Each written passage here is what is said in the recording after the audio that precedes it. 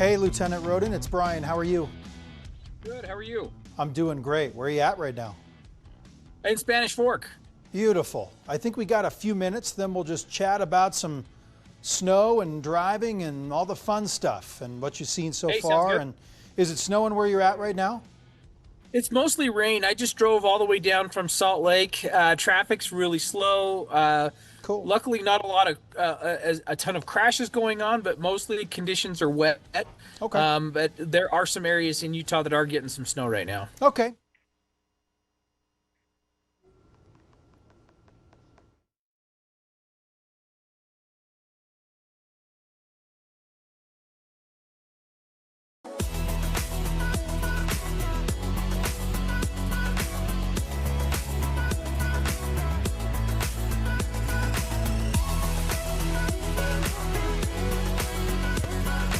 Oh man, someone did a snow dance recently and it's worked. Thanks for joining. I'm Brian Schnee. Thursday night here on March 13th. Tonight we're taking a look at weather impacts in different areas of the state, from roads and safety and inclement weather to how this storm is actually likely to impact Utah's snowpack levels in a positive way. First, though, let's talk to meteorologist Sean Kelly. There he is, dipping right in, right on time. A lot to talk about tonight, Sean. And now we're seeing a little bit of a changeover in some areas compared to what you were looking at earlier, when temperatures were a little bit warmer. Yeah, right on time. The cold front pushed through. We were in the 50s a few hours ago. Now we're down into the 30s. And right on time, that rain changing over to snow, including here in downtown Salt Lake City, all the way up through Brigham City. The northern end of the Wasatch Front has been dealing with snow already for about an hour or so, from Brigham City, Logan, even down through Ogden, seeing that changeover right now. We've got heavy snow along the Wasatch back, Park City, all of our mountains here across the seeing that snow as well. Tooele County seeing some snow, and then again here in Salt Lake City seeing that changeover all the way down through Nephi, and then down towards the southern half of the state still seeing some scattered rain and snow here from Escalante back westward. Cedar City are getting a little bit of a break, but you've got another batch that is moving eastward and heading your way just north of St. George. A live look here in downtown, and you can see the reduced visibility. Roads becoming quite slick, so be extra cautious here this evening, especially if you're traveling through about 10 p.m. or so. That's when we're expecting to see the heaviest snow. Also dealing with still gusty winds. We've been dealing with 30 to 40 mile per hour winds, nearing 30 miles per hour here in Salt Lake City, but they're out of the north-northwest, and that's a cold wind, and that will continue to plummet those temperatures down close to freezing after midnight tonight. We'll get a little bit of a break here early in the morning, but then we get ready for some lake effect snow as we get into tomorrow morning's commute. We'll talk about the areas that has the best chance for that and how much snow we could see in my first alert weather forecast. All right, Sean, thank you. We'll check in with you in just a few. Stay with 2 News for the latest on the winter storm and get those latest updates by downloading the 2 News mobile app and also our weather app. And don't forget to tune in to 2 News tomorrow morning, bright and early at 4:25. You're a good sport if you're watching us tonight. You're up tomorrow at 4:25. For that, you can get the latest on conditions for your morning commute. Let's head to southern Utah real quick here. Snow been falling for a few hours on and off, but Liv Kelleher is in Cedar City where the sun has peeked out. Liv, how's your afternoon been?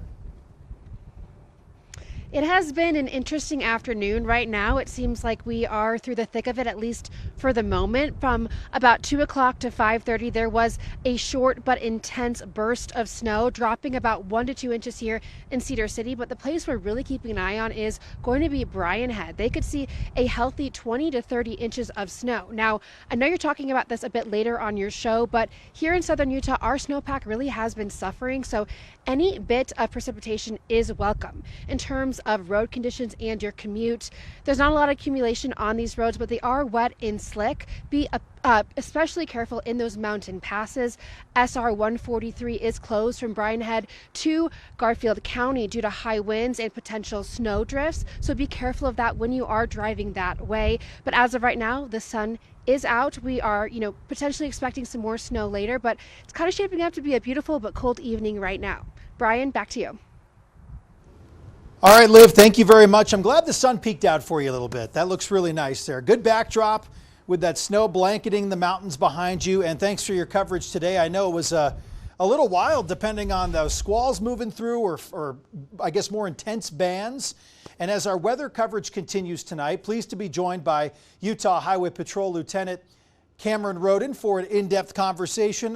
Lieutenant Roden, it's always nice to talk to you.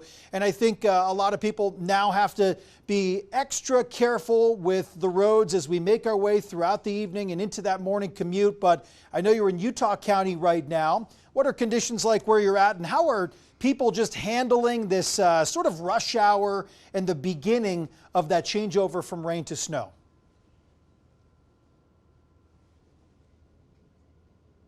And as of that area, it is mostly just rain and wet. But I've talked to several different dispatch centers around the state. And like as mentioned before, a lot of that rain is starting to turn into snow up in Box Elder and northern part of Utah. We are starting to see quite a bit of snow, and that is starting to stick, causing slick roadways. We've had quite a few accidents in those areas, something for people to be aware of. But traffic overall across a lot of the different areas in the state is just moving really slow, which is encouraging for the most part. If the slower we go, the less likely of being involved in a crash. So I think at this point it's probably a little bit late in the season to tell everybody how to do the driving maneuvers that we need to be knowing about in these. But at the end of the day, what are you still seeing as a pattern with driving in some of these winter storms? We haven't had a whole lot impacting valleys, but still in these heavily populated areas, what are you responding to most, and what are the driving habits that have contributed to those? It's broken record a lot of the times, but speed is our number one cause in these type of conditions that causes crashes. And so we really want people to slow down, which appears they're doing. We've responded so far to about 60 crashes across the state so far today, but also following too closely. Several of the crashes that have happened, and some of those deadly crashes that we've responded to in the last several weeks in these conditions, have been people who are just following to that vehicle in front of them too closely, and then when they need to stop suddenly, they can't, and they end up sliding into the back of that person, and that has even led to some fatal crashes that we've responded to. So again, just increase that following distance, give yourself a little extra time to respond to any type of hazards that are in front of you. On behalf of Utah Highway Patrol and your troopers that are out there responding to this, they're already put in dangerous situations. Weather only adds to that. So what are troopers really told about navigating these crashes on busy freeways when you can see a sort of chain of events take place with first responders on the side of the road? How is it that they're trying to keep themselves safe during these conditions when responding to help others? For sure. Safety is our number one priority. We want to make sure that we keep our troopers safe and all crash responders, but also the public who are out there involved in these crashes. So when possible, we try to move these crashes off the freeway to a safer location. In fact, people who have been involved in a crash, if it's minor, there's no injuries, your vehicle is safe to operate and move off the freeway, we encourage you to do that. Get to a safe location, call police, and then we can come and investigate that in a safe spot. If not, though, stay in your vehicle with your seat on. Helps us to keep you safe. If we can get you cleared off the freeway, we'll do so as quickly as we can. We also try to keep as much resources as possible on standby. That way, if we get overwhelmed, we can call out additional resources to help us handle all these incidents. Just quickly here, a statewide storm, not something we've had very often so far this winter. I mean, previous years, for sure, it seems like maybe one after another, but this has been a lighter year, especially for valley locations. How do you, in a way, I know you alluded to standby, but how do you staff up for an event like this when it truly is a more statewide event that we're seeing? Yeah, it does take a lot of manpower, especially on a large storm like this. We tried to just put some of our crews who are on their days off, make sure some of those are available, that if on a moment's notice we can need help, that we can get them out on the roadway to help handle crashes, help clear incidents, that they're available at a minute's notice. So that really tends to help. But we all just working with our stakeholders, UDOT, in communicating where we're seeing problem areas and helping to get those areas clear helps as well. Lieutenant Cameron Roden with Utah Highway Patrol. As always, sir, it is great to talk to you. For yourself and everyone else out there, stay safe, and thanks for giving us a few minutes of your time tonight. Thank you. Appreciate it. So tonight's storm could put the state's snowpack level well over 100% for the season. And earlier today, we've actually had the opportunity to sit down with Jordan Clayton, who is a supervisor for the Utah Snow Survey. We'll get to his conversation in just a moment after we take a look at this UDOT camera there.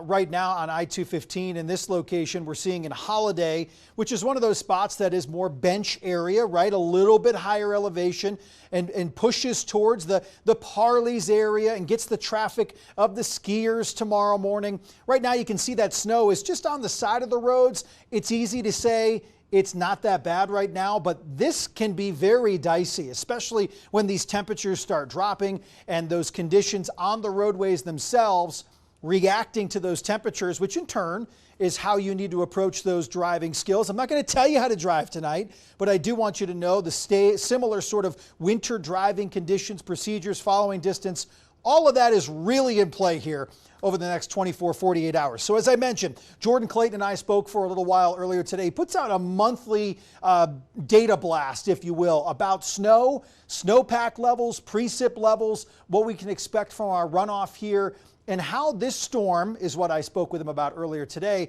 will impact those levels here statewide. Take a listen.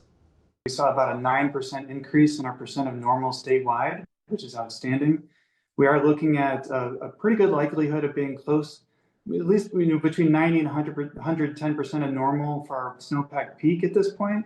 So that optimism has increased. That's a statewide picture. Of course, there's some pretty important regional differences to also bring up. Particularly southwestern Utah is in really rough shape. I mean, can you describe how poor of shape the water situation looks like there? So we're really in historic territory for southwestern Utah. We were actually breaking records for how little snowpack that region of the state had until this last run of storms. Now we're not breaking records anymore, but that still means that we're in the bottom 5% of our observations going back to 1980.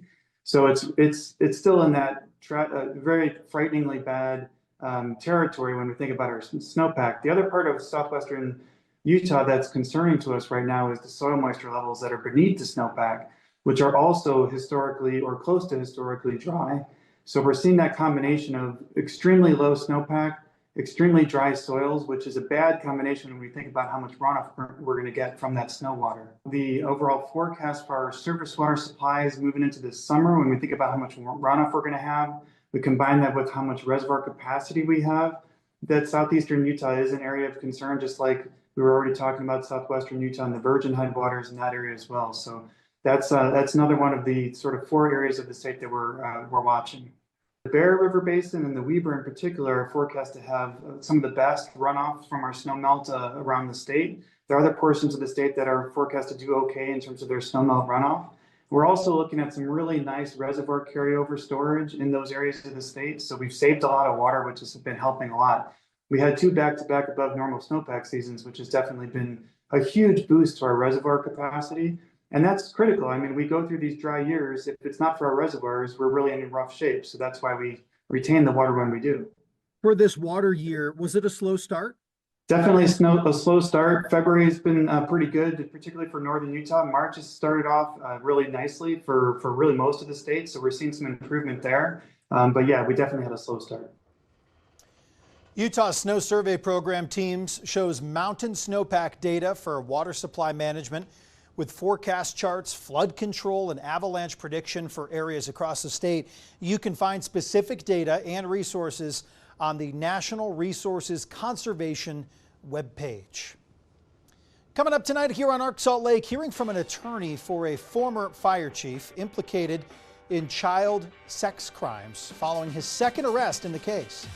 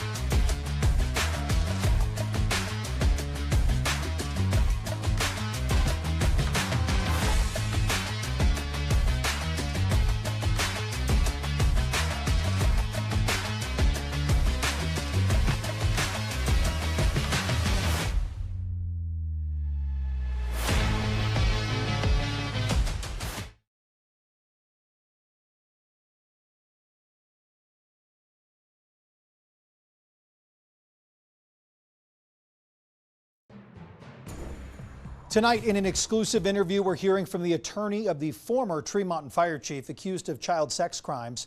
Both Ned Hansen and Judge Kevin Christensen are in jail tonight. Judge Christensen believed to be held in Davis County, while Hansen in the Weber County Jail. Brian Malahi has more tonight after speaking with Hansen's attorney. He led the Tremonton department that has fought fire, and now Ned Brady Hansen may be in the legal fight of his life. There was numerous agents with guns, there was armored vehicles. Hansen says his lawyer, Shannon Demler, was arrested again after his alleged child sex crimes, quote, co-conspirator, Judge Kevin Christensen, ordered no jail after Hansen's first arrest. And in terms of this link between him and Judge Christensen, what can you say about that? Well, that wasn't even alleged when they first arrested my client. Demler says besides conversations with Hansen, he has spoken with the ex-chief's family. It was something that no one expected or, had any idea of, and I think it's caught them off guard for sure. This took the family totally by surprise. Correct. No question. Brian Malahi, 2 News. Hansen's first court appearance is next Monday. Demler says he will plead not guilty. Judge Christensen's court appearance is set for next Thursday.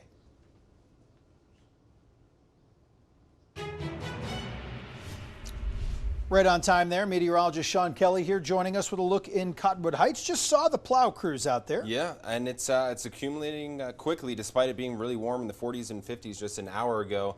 Temperatures dropping fast, and that rain already changing over to snow. And along the East Bend, we're expecting to see the most accumulations here closer towards the valleys, where we could see maybe 4 to 6 inches of snow with maybe even some lake effect snow into tomorrow morning. So be extra cautious if you are traveling. The storm timeline, again, we had that cold front push through right around 7 o'clock and continuing to push eastward through midnight is when we'll see the best chance for snow with that lake effect potential early tomorrow morning. It is snowing across much of the Wasatch Front. Still rain in Provo. You're about 30 to 40 minutes away from seeing that changeover right now. You can see the reduced visibility out there. Temperatures dropping quickly. Logan at freezing. We're at 33 in Park City, 37 in Delta, 33 in Cedar City. Still pretty pleasant in St. George at 46, but you've got some rain heading your way. Look at the gusty winds out ahead of the front down towards the south and eastern part of the state. 30 to 36 miles per hour, gusting up to 30 still in Salt Lake City. Eventually, later on this evening, the winds will die down quite a bit. Seeing that snow still filling in out towards the west, moving into Tremonton, Brigham City. It's been snowing for about 30 minutes or so in the Ogden area, down through Farmington, seeing that changeover, and now again seeing that snow here in downtown Salt Lake City, seeing that changeover occur in Draper, Park City, down through Provo. You're about 30 minutes away from seeing that snow, and you can see it's filling in down southeastward into the Soldier Summit area. A mix of rain and snow in Price out through the Green River area, and then some scattered, isolated snow and rain showers down towards the southern half of the state from Escalante down through Page, Monticello, and into the Blanding area. Cedar City, you're getting a break right now, but you see that batch just out towards the west that'll be impacting you in the next 30 minutes. As that cold front continues to slide out towards the east, we'll see snow through about midnight for much of the state along the I-15 corridor. We'll get a little bit of a break, but look at this. We've got some lake effect that will be tracking early tomorrow morning. The eastern bench, including portions of Davis County, Salt Lake County, has the best chance to see some accumulating snow from that lake effect that will set up. A lingering snow shower into tomorrow evening, but generally tapering things off, then getting ready for another system that slides through the area, bringing us another round of lake effect snow early Saturday morning. That continues on potentially until Saturday 10 a.m., gradually tapering off through Saturday evening. How much snow do we pick up? The mountains likely over a foot. We've already seen over half a foot for many of our ski resorts, about 1 inch to 4 inches for many of our valleys here as we head into the weekend. So St. George, temperatures here into the 50s, warming up into the 60s for your Sunday, 71 on Monday, another storm on Tuesday. Along the Wasatch Front, we've got that first alert weather day through tomorrow morning's commute, 46 for a high on Saturday. More snow then, warming up for your Sunday, and then Tuesday, that additional storm moves in, could see another chance for rain and snow. Yeah, and I'm excited. I'm actually looking forward more towards early next week after we get through the weekend, maybe some midweek ski turns, right? When none of you are going to the resorts because you have to work, right? You have to work Wednesday morning, right? I still don't know how you do it. And I'm All looking right. forward to some golf, too. Golf, too. We can try to do both in one day. We're going to get there. Maybe early April at this point because March seems to be crazy. All right, Sean, thank you. Coming up on Arc Salt Lake, a worldwide curling championship will be coming to Weber County. I know every 4 years you get excited about curling. How they'll be competing and when you can catch all the action coming up.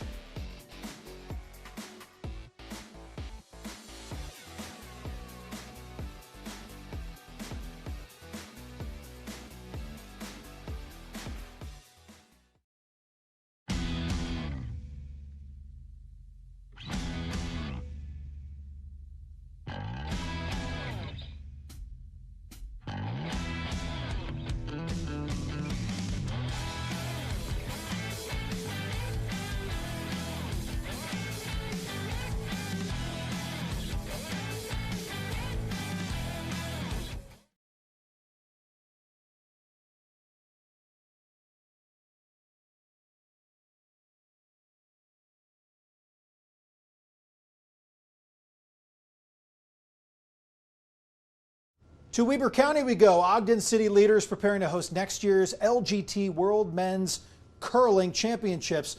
The World Championships have been organized by World Curling and will bring professional teams from all across the state of Utah. Yeah, the curling event will take place at the Weber County Ice Sheet from March 28th through April 5th of next year. The last time the Ice Sheet hosted an event of this caliber was back during the 2002 Winter Olympics. Left the perfect opportunity for you there, Sean. I said, That's have you right. ever been There you curling? go. You said, yes, right here. And it shows. All right, let's take a live look outside as we leave you tonight. Cottonwood Heights, what's the message for folks overnight? Well, if you do not have to travel, stay home and off the roads. You can see already the traction law in effect there, heading up into Big Cottonwood Canyons. Seeing some good snow across much of the Wasatch Front right now. Have a great night.